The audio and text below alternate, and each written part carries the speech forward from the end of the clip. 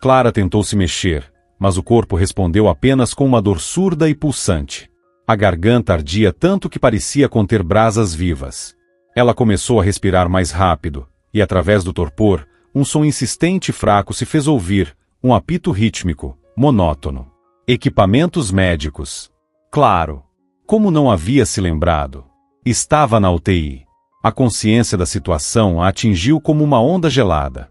Ela começou a se lembrar do que havia acontecido. A junta médica. Os olhares cheios de compaixão, mas desprovidos de esperança.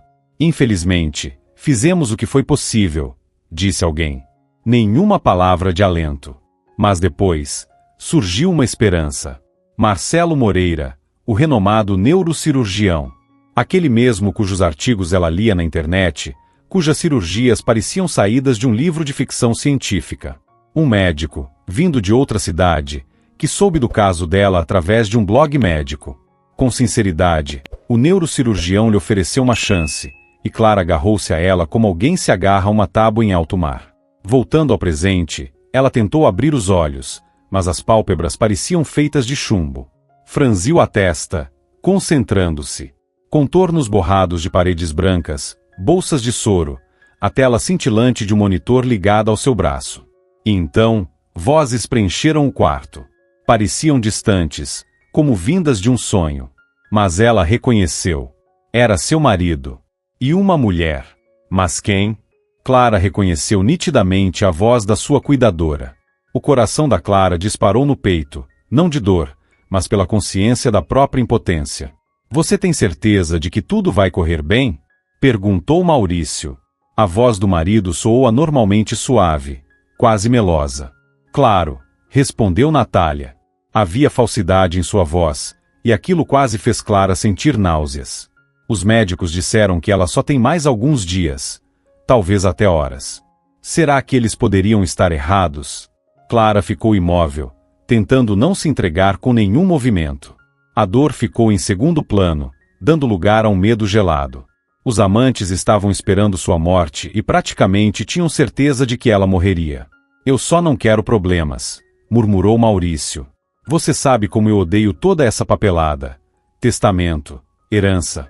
Seu bobo. Que problemas poderiam haver? Sorriu Natália. O testamento foi feito perfeitamente. Tudo é seu. E afinal, nós merecemos, não é? Esperamos tantos meses, nos escondendo de todos. Noites sem conseguir dormir, em que ela se contorcia de dor.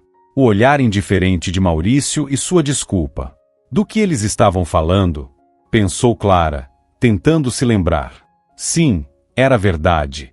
Ela havia feito o testamento em favor de quem? Do marido. Ela amava o marido, confiava nele. Ou, pelo menos, achava que poderia confiar. Fragmentos de lembranças surgiram diante de seus olhos. Querida, eu fico tão cansado no trabalho. E Natália, sua cuidadora, sempre ao lado dele. Como ela pôde ser tão cega? Você entende que, depois disso, a gente pode comprar aquela casa na praia? Ronronou Natália. E um iate também. Clara sentiu uma onda de fúria fria crescer dentro de si. Quis gritar, jogar na cara deles toda sua dor e ódio.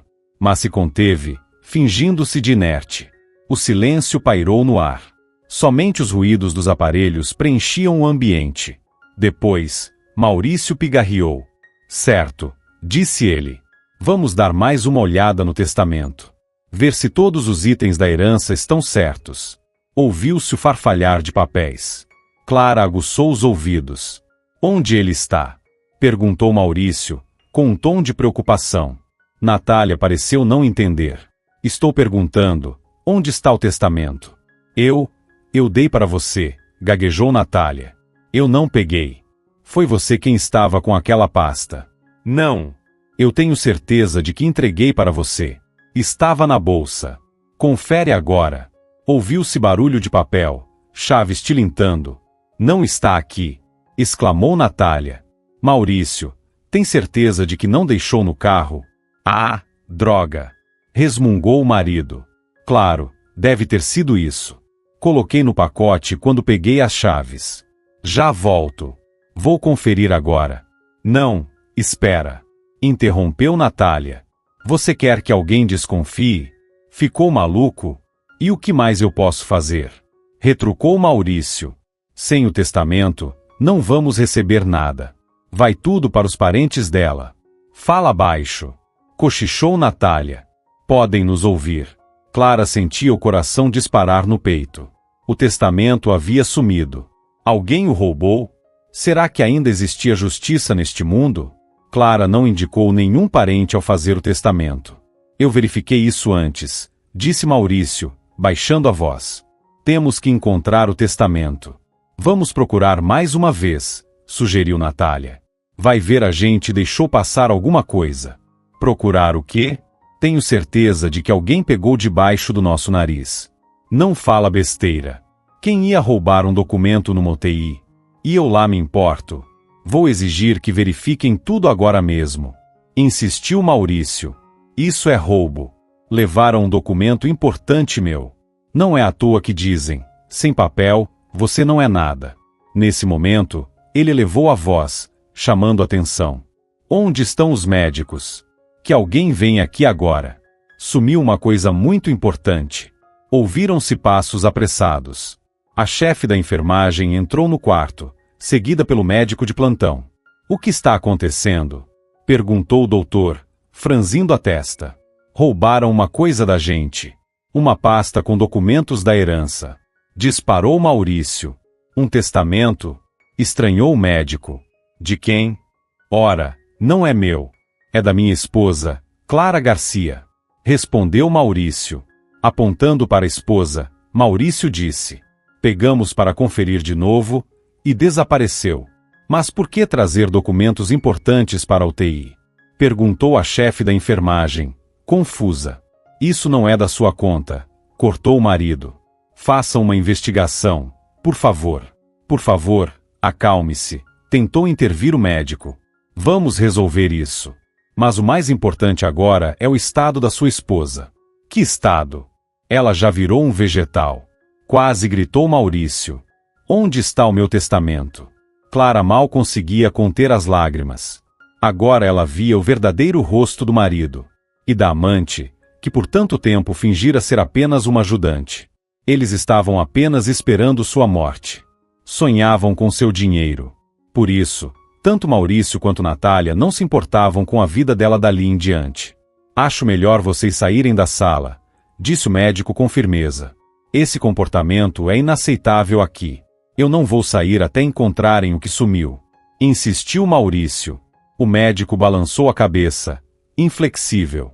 Maurício e Natália trocaram olhares e perceberam que haviam passado dos limites. Tá bom, resmungou Maurício. Vamos sair. Mas eu vou escrever uma reclamação para o diretor do hospital. Eles saíram do quarto e bateram a porta com força. Clara ficou sozinha. As lágrimas escorriam por seu rosto, misturando-se ao gosto salgado dos remédios em sua boca. Depois da saída de Maurício e Natália, apenas o som constante dos aparelhos lembrava que ela ainda estava viva. Clara tentou se acalmar, colocar os pensamentos em ordem. Mas antes, precisava recuperar as forças. Ficou algum tempo deitada, imóvel, tentando não pensar na dor. Sentia os medicamentos fluírem lentamente pelas veias, levando consigo parte do sofrimento. Aos poucos, a consciência foi se clareando. Clara já conseguia mexer um pouco os dedos das mãos e dos pés. Já era uma pequena vitória. Logo, uma enfermeira entrou novamente no quarto. Mas não era a mesma que, junto com o médico, havia mandado embora o marido e a amante. Era uma mulher jovem, de rosto bondoso e olhos atentos. Ao ver que a paciente recobrou a consciência, ela sorriu. Você acordou. Que ótimo. Vou chamar o médico. A enfermeira saiu, e Clara fechou os olhos mais uma vez. Sentia-se extremamente fraca. Mas uma fagulha de esperança reacendeu em seu coração. Pouco depois, um médico entrou no quarto. Um homem jovem, de cerca de 30 anos, com uma barba bem cuidada e um olhar inteligente. Olá, Clara. Sou seu médico, Tiago, disse com gentileza. Como está se sentindo? Da garganta de Clara saiu apenas um som rouco. Não se preocupe, por enquanto é melhor não forçar a voz, tranquilizou o médico. Você passou por uma cirurgia difícil. O mais importante agora é descansar e recuperar as forças. Ele a examinou, conferiu os sinais nos monitores. Está tudo indo bem, disse ele. Você é forte, Clara. Ela tentou esboçar um sorriso. Sim, você deu sorte, continuou o médico. A cirurgia foi feita pelo Marcelo Moreira. Um verdadeiro gênio. Ele está fora da cidade, explicou Tiago, mas vai te visitar assim que voltar. Logo depois, o doutor contou como foi o procedimento e como foi difícil remover o tumor. O médico intensivista explicou que Clara precisaria de uma longa reabilitação, mas demonstrou confiança sincera de que ela conseguiria se recuperar. O que importava agora era saber disso. Vera, disse de repente Tiago, virando-se para a enfermeira, você realmente não sabe nada sobre esse testamento? Onde ele poderia ter ido parar? Não sei do que está falando, doutor Tiago.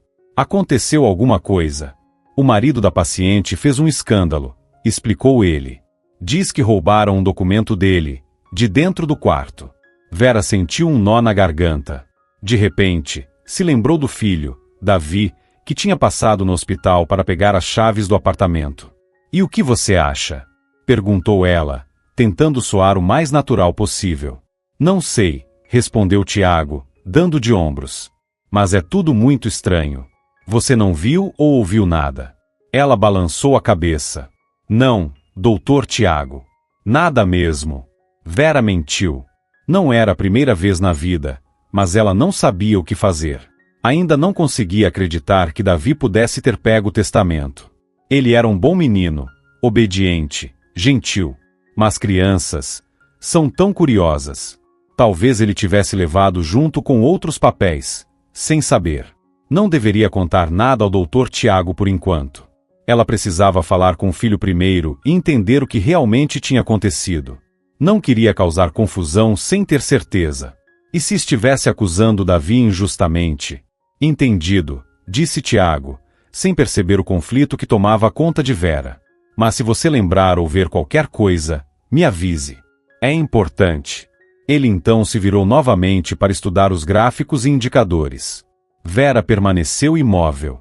Seus pensamentos batiam como pássaros presos numa gaiola. O que fazer? O monitor cardíaco pulsava em ritmo constante. Ela se aproximou para ajudar Clara com os cuidados de higiene. Passou um lenço úmido no rosto dela. Trocou os lençóis da cama. Você precisa comer, disse a enfermeira. Vou trazer um pouco de sopa. Clara concordou com a cabeça. Ela realmente sentia fome. A enfermeira voltou com uma bandeja. Havia uma tigela com sopa e alguns pedacinhos de torrada. Vera a ajudou a se sentar, e Clara tomou o caldo devagar, em pequenos goles. A comida lhe deu um pouco mais de forças. A sala de terapia intensiva seguia seu próprio ritmo. O som monótono dos monitores, o chiado do respirador artificial, as vozes abafadas de médicos e enfermeiras, tudo isso criava uma atmosfera única, diferente de qualquer outra. Ali, cada respiração vinha com esforço. Cada segundo podia ser decisivo. Vera precisava organizar os pensamentos antes de ir falar com Davi. Passou pela sala das enfermeiras, serviu-se de uma xícara de chá forte e sentou-se à mesa, olhando pela janela. Lá fora, a vida fervilhava. Pessoas apressadas, rindo, falando ao telefone, tomando café nas mesinhas das calçadas. Cada dia vivido ali parecia ter outro valor. Vera suspirou e, após um gole de chá, pensou em Davi. Criou o filho sozinha, desde que o marido morreu num acidente de carro. Davi era sua luz, sua esperança, o sentido da vida. A enfermeira ainda não conseguia acreditar que o filho pudesse ter feito algo errado. O telefone tocou. Ela deixou a xícara e saiu da sala, tentando afastar os pensamentos inquietantes, mas eles a seguiam como moscas irritantes. Naquela mesma noite, depois do turno, ela voltou rapidamente para casa. Davi já devia ter chegado da escola. No caminho, comprou os pastéis recheados com batata e cebola que ele tanto gostava, torcendo para que isso ajudasse a conversa. Ouviu a voz do filho cantarolando uma música. Ele estava sentado à mesa, fazendo lição de casa. Oi, mãe. Davi pulou da cadeira e correu para abraçá-la. Que bom que você chegou. Oi, meu amor, respondeu Vera, apertando o filho nos braços. Também fiquei muito feliz em te ver. Ela olhou ao redor. Estava tudo em ordem, como sempre. Mas a sensação de inquietação não passava. Comprei pastéis para você, disse Vera, tirando o pacote da bolsa. Aqueles que você mais gosta. Oba! Exclamou Davi, pegando um e dando uma grande mordida. Obrigado, mãe. Vera sentou-se à frente dele, observando enquanto ele comia o lanche. Não sabia como começar a conversa. Tinha medo de assustar o filho. Davi, disse ela por fim, tentando manter a voz calma. Hoje, no hospital, o Dr. Tiago falou comigo. O menino parou de mastigar e olhou para ela com curiosidade. E o que ele queria? Ele perguntou sobre uma coisa. Hesitou Vera. Sobre uma pasta com documentos que sumiu do quarto de uma paciente. Davi franziu a testa. Uma pasta com documentos. O coração de Vera começou a bater mais rápido. Você passou lá no hospital hoje, lembra? Para pegar as chaves. Lembrou ela. Não pegou mais nada. Pegou? Davi pensou um pouco. Não, respondeu depois de uma pausa. Só as chaves. Aquilo era um testamento, disse Vera com dificuldade. E desapareceu. O marido da paciente disse que foi roubado. Os olhos de Davi se arregalaram, surpresos. Um testamento? E quem poderia ter roubado? Vera olhou fixamente para o filho. Buscava em seu olhar qualquer sinal de mentira, mas não viu nada. Apenas sinceridade e confusão. Eu não sei, murmurou Vera, baixando os ombros. Mas o Dr. Tiago me pediu para perguntar se alguém viu algo estranho. Davi balançou a cabeça. Não, mãe. Eu não vi nada. Só peguei as chaves e fui embora. Vera acreditou. Não conseguia nem imaginar a possibilidade de seu filho estar envolvido naquela história estranha. Tudo bem, disse ela, aliviada. Fico feliz em ouvir isso. Mas a inquietação continuava. Havia algo fora do lugar. Vera sentia que Davi talvez não estivesse mentindo, mas também não dizia tudo. Ela não sabia como fazer o filho contar o que estava escondendo. Quando Clara acordou, o quarto já estava escuro. Um fraco raio de luar atravessava a janela. Clara percebeu, aliviada, que se sentia um pouco melhor. Conseguia mover braços e pernas com mais facilidade. Naquele momento, decidiu tentar falar. Reuniu todas as forças e tentou emitir uma palavra. Sim, sussurrou, rouca. O som saiu fraco, quase incompreensível, mas saiu. As lágrimas escorreram por seu rosto. No dia seguinte, Clara permaneceu na UTI. Sentia-se um pouco melhor e já conseguia conversar com médicos e enfermeiras, que lhe explicaram detalhes sobre a cirurgia e a recuperação. Foi assim que Clara soube que Maurício e Natália não tinham mais aparecido. O médico contou que eles haviam ligado algumas vezes, mas ele proibiu que voltassem ao hospital. Enquanto Clara lentamente retornava à vida, um escândalo começava a se espalhar pelo hospital por causa do testamento desaparecido. Maurício não pretendia desistir. Escrevia reclamações, exigia uma investigação e ameaçava levar o caso à justiça. O diretor do hospital, um cirurgião experiente e já idoso chamado Dr. Miguel Lacerda, estava confuso. Ele entendia que a situação era delicada. Por um lado, o desaparecimento de um documento era um incidente grave, que poderia manchar a reputação do hospital. Por outro, ele não acreditava que pudesse ocorrer um roubo dentro de seu hospital. Após refletir um pouco, o diretor chamou o chefe da segurança e encarregou de conduzir uma investigação minuciosa. Igor, o chefe da segurança, era um homem de poucas palavras, mas extremamente meticuloso.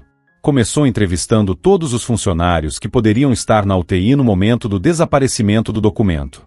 Interrogou cada um com cuidado, mas não encontrou nada suspeito nos relatos.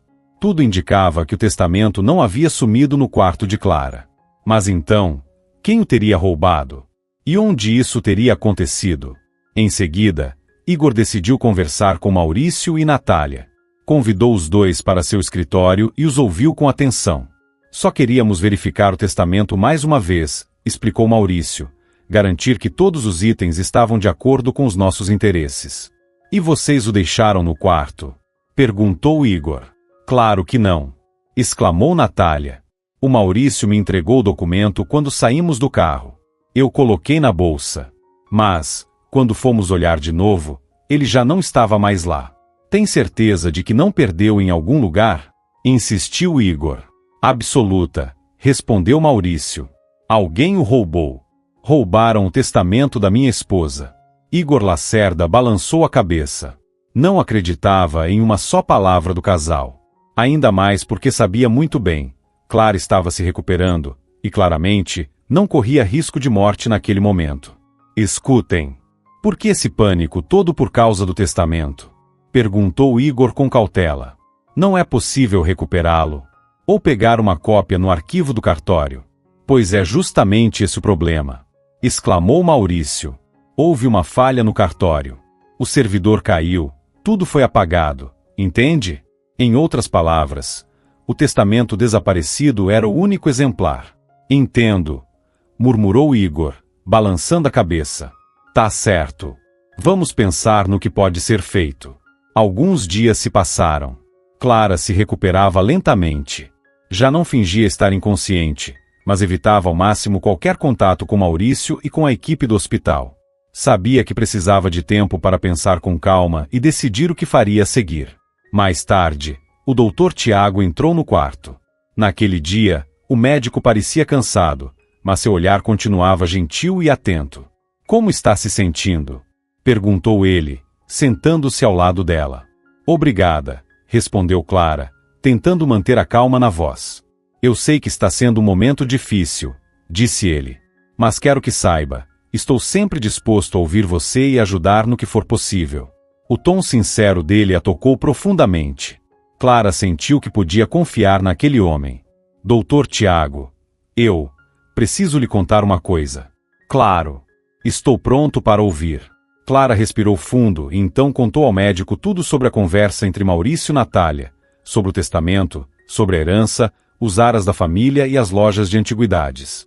Falava baixo, meio confusa no começo, mas, a cada palavra, sua voz ganhava mais firmeza. Entende? Eles têm certeza de que eu vou morrer. Por isso querem tanto tomar tudo o que é meu. Tiago ouviu a paciente com atenção, sem interrompê-la. Quando Clara terminou, ele ficou em silêncio por alguns instantes, refletindo sobre o que tinha acabado de ouvir. Eu acredito em você, disse ele por fim. E vou fazer tudo o que estiver ao meu alcance para te ajudar. Suspirou e a olhou com compaixão. Seu negócio. Você mencionou aras? Sim, respondeu Clara, um pouco surpresa com a mudança de assunto. Criamos raças árabes de elite. Tenho algumas fazendas espalhadas pelo país. E também lojas de antiguidades. É o trabalho da minha vida. Os olhos de Tiago brilharam com entusiasmo. Cavalos. Sempre sonhei em aprender a cavalgar. Quando era criança, não tive essa chance, e não tenho tempo agora, completou Tiago, mas é um sonho antigo meu. Clara sorriu. Posso te ensinar. Lá, todos perdoam os erros dos iniciantes. Seria maravilhoso, disse Tiago, sinceramente animado. A conversa deslizou naturalmente para o tema dos cavalos. Clara falava sobre seus animais preferidos, sobre as personalidades deles, as características de cada raça. Ela falava com tanto carinho e paixão que Tiago se encantou. Só teve uma história muito dolorosa, disse Clara de repente, com o olhar ficando mais distante. Qual? Se puder me contar, claro, perguntou o médico com delicadeza. Quando eu tinha uns 10 anos, começou ela, escondida do meu pai, resolvi montar um cavalo muito temperamental. Ele era forte, indomado, ninguém conseguia lidar com ele. E eu, boba, achei que conseguiria. Esperei anoitecer, fui até o estábulo, coloquei a sela. Ele me derrubou. Machuquei seriamente a coluna. Meu Deus, murmurou Tiago. Foi muito difícil. Fiquei quase 2 anos numa cadeira de rodas. Estudei em casa. Achava que nunca mais ia andar. Mas então apareceu uma pessoa incrível. Um homem simples, mas com um dom raro. Usava ervas, massagens, compressas, coisas que aprendeu com a mãe dele, e que funcionaram. Foi ele quem me pôs de pé de novo. Atencioso, gentil, o Renato virou quase um segundo pai para mim. Nesse momento, Vera entrou no quarto com os medicamentos. Ouviu as últimas palavras e parou, como se tivesse sido atingida por um raio. Você está falando do Renato, o curandeiro? Perguntou a enfermeira, tentando disfarçar a tremedeira na voz. Sim, o Renato. Você o conhecia? Ele era meu pai, sussurrou Vera, com os olhos marejados. Ele faleceu há alguns anos, infarto. Clara ficou chocada. Seu pai. Ele me salvou. Então, eu devo a ele a minha vida. Vera se aproximou da cama e segurou a mão de Clara. Ele falava muito sobre os pacientes, mas eu não sabia que você era aquela menina. Aquela que ele ajudou depois da queda. Papai se preocupava muito com você. Dizia que você era incrivelmente determinada. O silêncio tomou conta do quarto. Tiago observava as duas em silêncio, impressionado com a coincidência extraordinária. O mundo é pequeno, disse-lhe por fim, quebrando o silêncio. Muito pequeno. Clara olhou para Vera, sentindo um nó na garganta. Quis abraçar aquela mulher desconhecida, filha do homem que um dia lhe devolveu a esperança. No fundo, Clara sentia gratidão, compaixão e um laço estranho, inexplicável. Vera, eu nem sei o que dizer. Obrigada. Ao seu pai. E a você também, pelo seu cuidado, pela dedicação. Vera sorriu através das lágrimas. Meu pai ficaria feliz em saber que você está bem. Ele acreditava que você teria um futuro brilhante. Depois disso, por um momento, o quarto permaneceu em silêncio. Vera passou a visitar Clara com mais frequência. Contava sobre o pai, sua bondade e profissionalismo. Clara, por sua vez, compartilhava seus planos para o futuro. Falava sobre o desejo de reerguer os Aras e expandir a rede de lojas de antiguidades. Tiago também não se afastou. Passava o máximo de tempo possível com Clara, oferecendo apoio emocional e conselhos. O jovem médico entendia que, naquele momento, a paciente precisava mais do que cuidados físicos, precisava de apoio humano, e ele podia oferecer isso. Depois do plantão, Vera voltava para casa com a consciência tranquila, embora o dia tivesse sido pesado. Corria um boato de que haveria uma inspeção no hospital, o que significava, como sempre, uma avalanche de problemas. Ela morava em um antigo prédio na periferia da cidade. O apartamento era minúsculo, mas era o que cabia no bolso. O trabalho de enfermeira não rendia muito. Cada centavo precisava ser bem administrado. Ao se aproximar da porta do apartamento, Vera notou um bilhete preso nela. Seu coração bateu acelerado. Era um recado de Dona Ana, a proprietária do imóvel. Vera, passe aqui.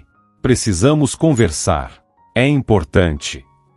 Estava escrito com aquela caligrafia dura e firme que Vera conhecia tão bem. Ela suspirou. Dona Ana era uma mulher rígida e prática. Sempre arrumava um motivo para aumentar o aluguel. Com certa apreensão, Vera subiu 2 andares e bateu na porta. Foi a própria Dona Ana quem atendeu. Era uma senhora magra, de feições duras. O apartamento estava decorado com móveis antigos, mas bem conservados. No ar, pairava o cheiro de naftalina e poeira.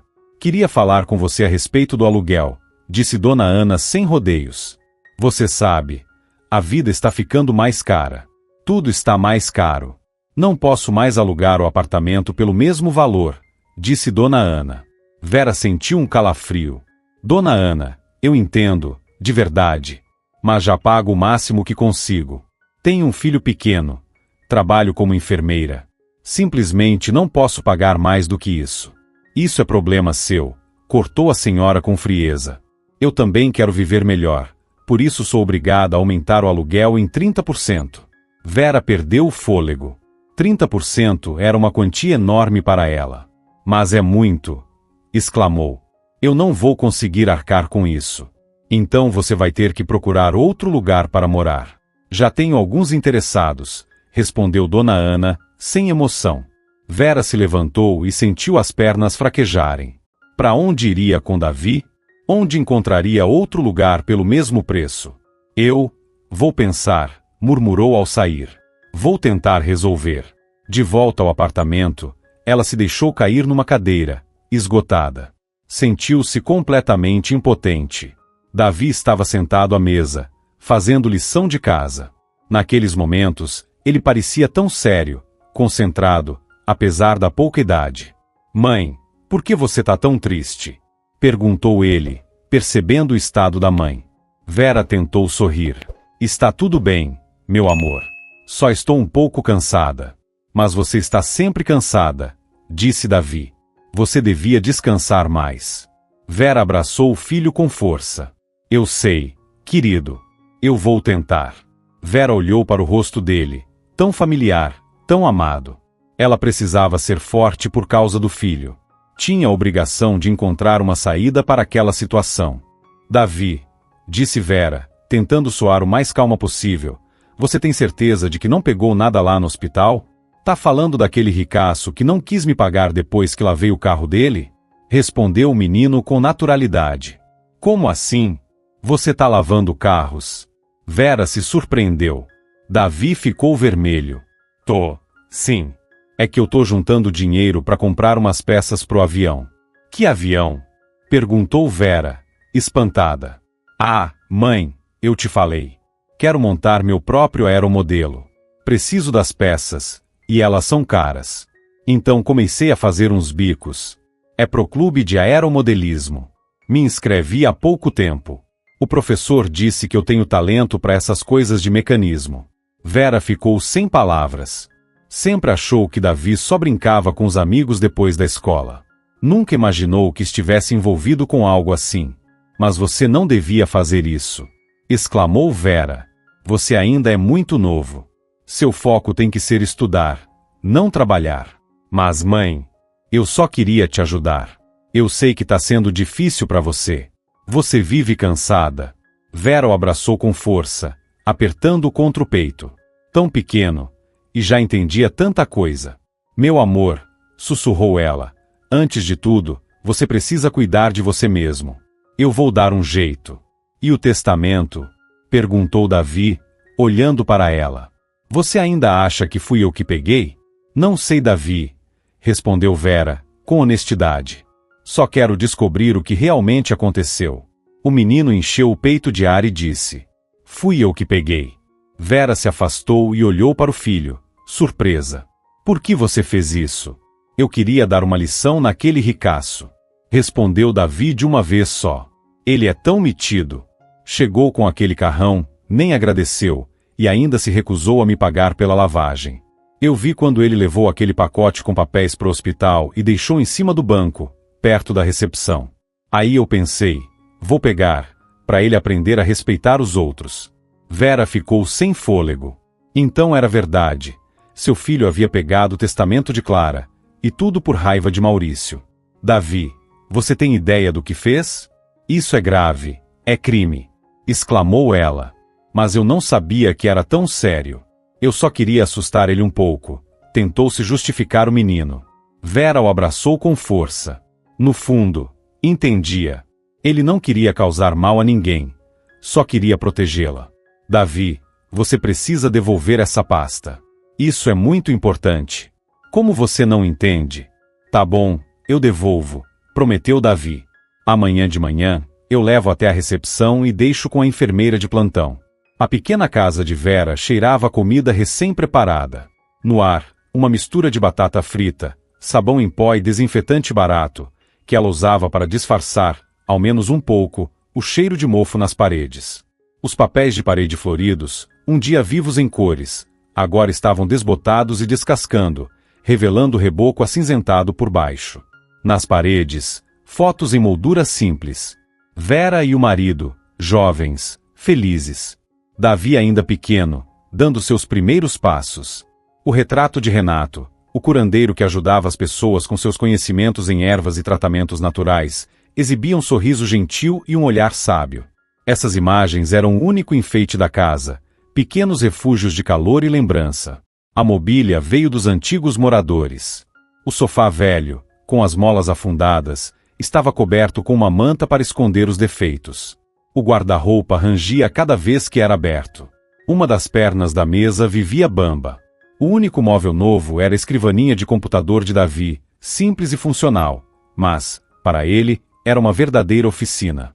A cozinha era minúscula, com um fogão que só funcionava com 2 bocas e uma geladeira antiga que roncava como um trator velho.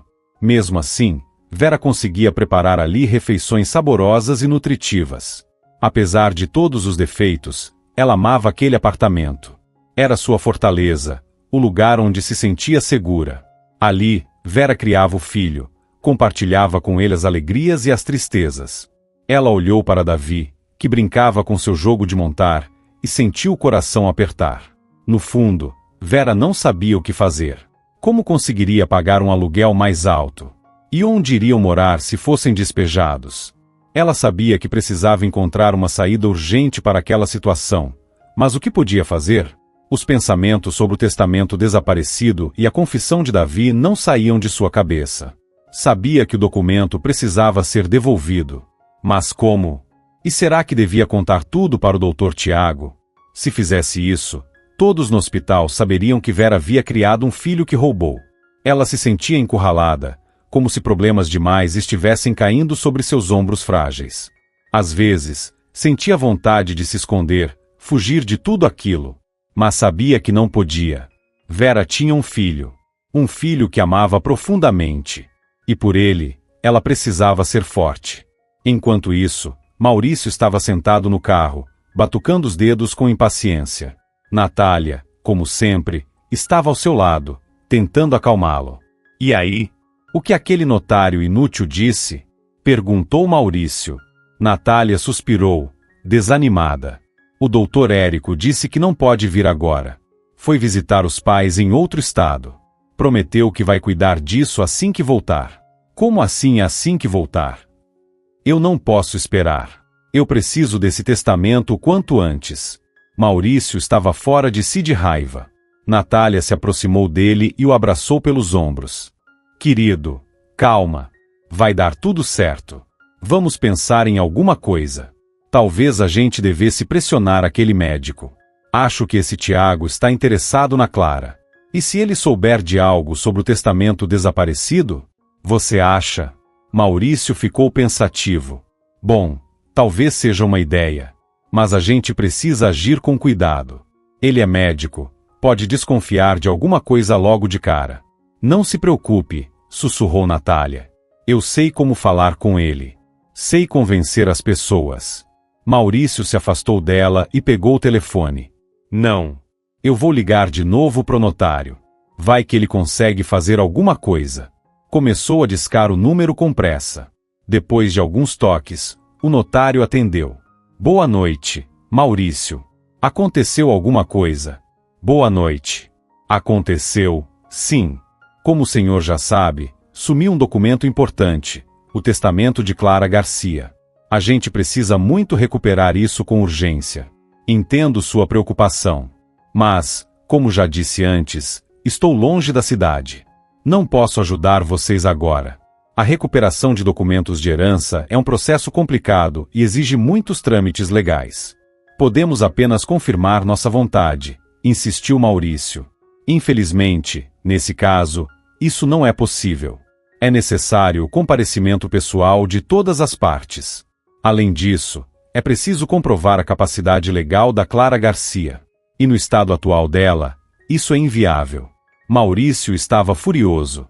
Sabia que o notário tinha razão, mas não conseguia aceitar que todos os seus planos estivessem ruindo diante dos seus olhos.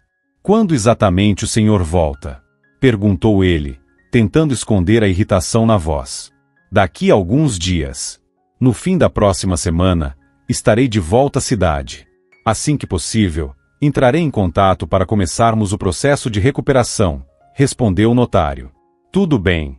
Ficarei aguardando sua ligação. Mas, por favor, o quanto antes, disse Maurício, encerrando a chamada. Virando-se para Natália, ele disse com raiva. Está tudo desmoronando. Esse notário enfiado no fim do mundo, o testamento sumiu. E agora, o que a gente faz? Natália o abraçou novamente. Não entre em pânico. A gente vai dar um jeito. Vamos encontrar uma forma de recuperar o testamento e conseguir o que é nosso por direito. Além do mais, sua esposa ainda está viva. Ou seja, o documento não tem validade por enquanto. Herança, por enquanto, é só um sonho.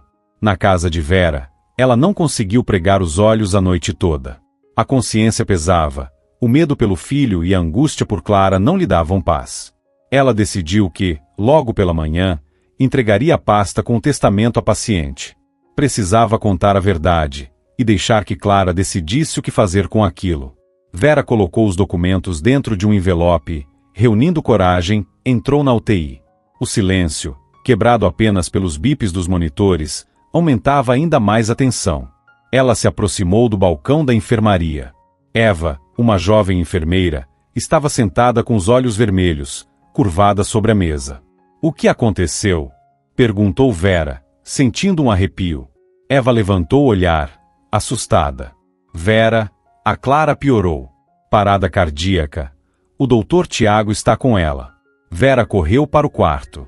Lá dentro, reinava o caos. O médico, pálido e tenso, fazia massagem cardíaca. O rosto de Clara estava branco como papel. Tiago não parava de agir um segundo. Vera correu até o desfibrilador e, com as mãos trêmulas, o ligou. Desfibrilar, segunda carga. Ordenou Tiago. Nada. A linha no monitor continuava reta. Mais uma vez, carga. A voz dele revelava exaustão. Vera apertou o botão novamente. Nada aconteceu. Não podemos desistir, disse Tiago, sem parar a massagem cardíaca. E de repente, Clara puxou o ar com um gemido fraco e rouco. O peito subiu num suspiro convulsivo, e no monitor apareceu uma linha de pulso, trêmula, mas contínua. Voltou! Voltou! Gritou Eva, enxugando as lágrimas que escorriam. Tiago se jogou na cadeira, exausto. Graças a Deus! Vera cobriu o rosto com as mãos, sentindo a onda de pavor se dissipar. Aproximou-se de Clara e pegou sua mão com delicadeza. Força! Você é forte. Vai conseguir, murmurou. Nesse momento, entrou na sala o Dr. Marcelo Moreira, o cirurgião que havia vindo de outra cidade para realizar a operação complicada. Menos de uma semana atrás, tinha sido ele quem salvou a vida de Clara. Nos olhos do médico havia preocupação. O que houve? Perguntou. Sério. Tiago contou rapidamente o ocorrido. Parada cardíaca. E a causa? Marcelo franziu a testa, aproximando-se do leito de Clara e iniciando o exame. Ainda não sabemos. Pode ser uma complicação da cirurgia. Ou estresse, respondeu Tiago. Precisamos fazer exames complementares e descobrir a causa, disse Marcelo, franzindo a testa. Em seguida, olhou para Vera. Prepare tudo o que for necessário. Vera concordou com um aceno e saiu do quarto. Sentia que precisava contar a verdade para o Dr. Marcelo sobre o testamento desaparecido, mas aquele não era o momento. Melhor esperar. O documento não iria a lugar algum. Primeiro, era preciso entender o que estava acontecendo com Clara. Os papéis ficariam guardados, por hora, na sala das enfermeiras. 2 dias se passaram. E esse tempo teve um efeito positivo na recuperação da paciente. Enquanto isso, o chefe da segurança, um homem com experiência nas forças de segurança, decidiu investigar pessoalmente o caso do desaparecimento do testamento. Primeira medida: revisar as imagens da câmera escondida instalada no quarto de Clara depois do ocorrido. Me mostre as gravações dos últimos 2 dias, ordenou ele a um jovem segurança que estava na frente do monitor. Igor Lacerda observava tudo com atenção, sem perder nenhum detalhe. E então, viu algo. Algo suspeito apareceu na gravação. Era possível ver claramente o auxiliar de serviços gerais que havia sido recentemente demitido por má conduta entrando no quarto de Clara durante a noite. Douglas fazia algo no aparelho que mantinha a paciente viva, e depois saía rapidamente. Igor assistiu ao trecho mais de uma vez, para se certificar do que estava vendo. É isso mesmo, murmurou. Esse desgraçado tentou matar ela. Depois de refletir por alguns instantes, o chefe da segurança foi até o quarto de Clara. Boa tarde. Como está se sentindo? Melhor. Obrigada. Aconteceu alguma coisa? Verificamos as imagens das câmeras de segurança que foram instaladas depois do incidente. O coração de Clara disparou. O que quer dizer com isso? Igor Lacerda ligou um pequeno tablet que o auxiliar havia lhe entregado. Na tela, era possível ver Douglas entrando furtivamente no quarto. Em seguida, ele se aproximava com uma seringa. Por um instante, a imagem tremia, mas logo ficava nítido. Ele desligava o aparelho de suporte vital. Clara empalideceu. Isso é impossível. Infelizmente, é verdade. Esse auxiliar foi subornado pelo seu marido. Já enviamos as imagens à polícia. O Maurício, ele queria me matar. Acreditamos que não foi só ele. Natália, a cúmplice dele, também pode estar envolvida. Mas, por enquanto, isso ainda é só uma suspeita, completou Igor. Nunca se sabe do que uma pessoa cheia de rancor é capaz. Nesse momento, Tiago entrou no quarto. Seu rosto estava abatido pelo cansaço, mas seus olhos ainda refletiam cuidado e empatia. Clara, vejo que está melhor. Parece que o pior já passou. Sim, estou bem, obrigada. Se não fosse por você e por Vera, parece que meu marido teria conseguido se tornar meu herdeiro. Tiago franziu a testa. Como assim? Clara, em silêncio, lhe estendeu o tablet. O médico empalideceu ao ver as imagens. Isso é monstruoso. Como algo assim é possível? Dinheiro, Dr. Tiago. Dinheiro faz muita coisa. Eu não consigo acreditar que ele foi capaz disso. Nesse instante, Vera entrou no quarto com uma bandeja de medicamentos. Havia inquietação clara em seu rosto. Ela baixou os olhos, como se estivesse envergonhada. Dona Clara, me perdoe. Verinha, perdoar pelo quê? Você não tem culpa de nada. É sobre o testamento. Foi meu filho, Davi, quem pegou. Instalou-se um silêncio constrangedor no quarto. Tiago olhou surpreso para a enfermeira. Igor Lacerda ficou imediatamente atento. Vera, o que você está dizendo? Murmurou o médico. Eu sei, é terrível. Mas Davi não sabia da importância do que estava fazendo. Ele só queria dar uma lição no Maurício. Clara suspirou. Meu filho tem feito uns bicos lavando carros. O Maurício prometeu que pagaria, mas o enganou. Não deu um centavo, continuou Vera. Quando Davi viu a pasta com os documentos, decidiu pegar. Meu Deus! Sussurrou Clara. A porta do quarto se abriu novamente e Marcelo Moreira entrou. Estava vestido com roupa cirúrgica. Seus olhos mostravam cansaço, mas havia neles uma preocupação evidente. O que está acontecendo aqui? Perguntou ele, olhando em volta. Vera, você está pálida. O que houve? A enfermeira soltou um leve soluço, e com a voz trêmula, começou a contar o que havia acontecido. Marcelo ouviu tudo com atenção, sem interromper. O menino de 9 anos achou que podia pegar algo que não era dele? Questionou Igor Lacerda, em tom severo. Ele não sabia que era tão importante. Apressou-se Vera a defender o filho. Só queria fazer justiça. Justiça é uma coisa boa, mas roubo é crime, insistiu o chefe da segurança. Você devia ter contado logo, repreendeu Tiago. Eu não sabia no começo. Depois, fiquei com medo de que o Davi fosse punido, justificou-se ela. Foi um ato de criança, disse Marcelo, surpreendendo a todos ao tomar partido de Vera. Ele não entendia o que estava fazendo. O que importa é que o testamento foi encontrado. Ele olhou para Clara e esboçou um sorriso leve. Você é uma mulher muito corajosa.